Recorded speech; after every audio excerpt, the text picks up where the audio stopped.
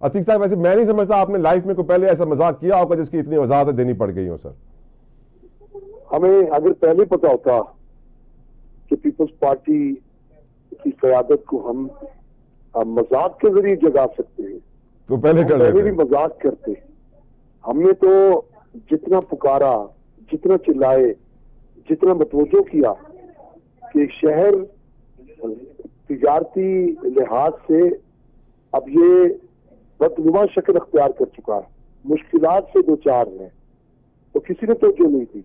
बल्कि फिर हमारे कुछ ताजिर भाइयों ने जब आर्मी चीफ के सामने बात की तो बुरा बनाया गया कि बजाय इसके कि हमसे डायरेक्ट बात करें, ये शिकायत करते हैं हमारी, तो लोग फिर ताजिर क्या करें।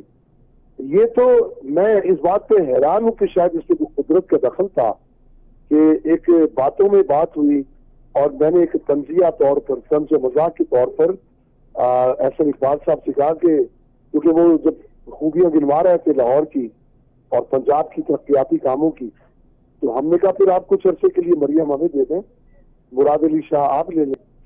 तो एक तहका था पूरी तकरीब में और उससे ज्यादा कोई बात नहीं थी। लेकिन फिर मेरा ख्याल है कि उसे एक गहरा तंज के तौर पे पीपल्स पार्टी की जो मुखालिफ पार्टी है, जिनके साथ आजकल आंकड़ा पड़ा हुआ है, उन्होंने मीडिया पे इसको उछाला और जिसके बाद ये बात कही गई कि हम पर तंज किया है, हम हमारे साथ संगीन मजाक किया है और मुआवजे के तौर पे ये गलत एग्जाम्पल दिया गया है। तो देखिए, आप हमारी एक जेंटलमैन तरीके से जो हम आप तक शिकायत पहुंचाते हैं, तो आप तवज्जो हो जाए, हमें बुलाएं और हमें बताएं, जिसका आज बिलावल साहब ने ताजिरों को बुलाया। Sir, better late than never, देर आयत दुरुस्त आयत। अच्छी बात है, हम यही चाहते हैं। हमें कोई पीपल्स पार्टी से या सूबाई हुकूमत से लड़ना थोड़ी है, हम तो ये चाहते हैं कि ये अच्छा काम करे। फिर किसको मैंडेट मिलेगा? पीपल्स पार्टी का मैंडेट ही कराची में बेहतर होगा, पीपल्स पार्टी ही की बेहतरी आएगी, इसी का नाम होगा। लेकिन ये काम तो करे, फंड्स इनके पास है, अख्तियारात इनके पास है, अब सारे शोबे इनके पास है, तमाम डिपार्टमेंट्स इनके अंदर में है।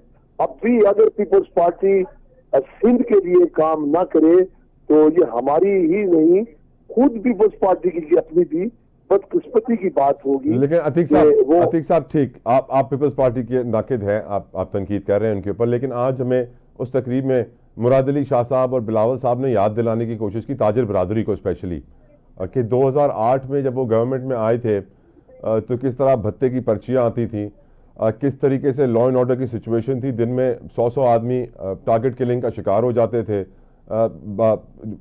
सुसाइड ब्लास्ट, क्या कुछ नहीं होता था। वो सिचुएशन, उसको कंट्रोल करने में कुछ तो क्रेडिट देना चाहिए अतीक साहब।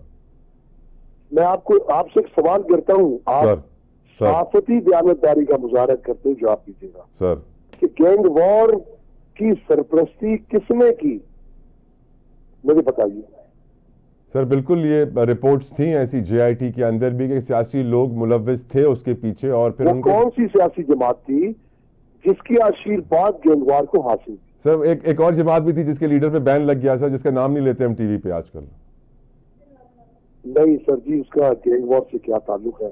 अच्छा, आप कह रहे हैं कि लियारी गैंगवार में रेंजर्स के पास अख्तियारात नहीं थे। ओके, जो नवाज शरीफ ने कराची में गवर्नर हाउस में बैठ के अख्तियारात दिए। लेकिन आज तो गैंगवार नहीं है ना, खत्म तो कर दिया ना सर उन्होंने। किया और उसके बाद गैंगवार का खात्मा हुआ। ओके, ऐसा ही हुआ, ऐसा ही हुआ। और वो रेंजर्स और सिंध पुलिस का कारनामा था। तो यही अख्तियारात आप दे देते, क्योंकि रेंजर्स तो आप ही नहीं बुलाया हुआ था। लेकिन जो हकायक है, जो हमने अपनी आंखों से देखे, वो तो यही है जो मैंने बयान किए। अब ये सियासी मामलात होते हैं कि करे कोई और उसका क्रेडिट कोई उठाने की कोशिश करता है। हम तो वो लोग नहीं है, हम तो उसी की सलाहियतों का एतराफ करते हैं, उसी की कारकर्दगी को मानते हैं जो हमने देखी अपनी आंखों के सामने। तो बात क्या, छोड़े वो बात कहीं और चली जाती है। मैं सिर्फ इतनी बात कहूंगा कि कम से कम अब तो सब कुछ आपके पास है, आप हमारे साथ बैठें, हम आपको बताएंगे कि आप किस तरह, हम ये भी बताएंगे कि आप क्या करें तो बेहतरी आएगी।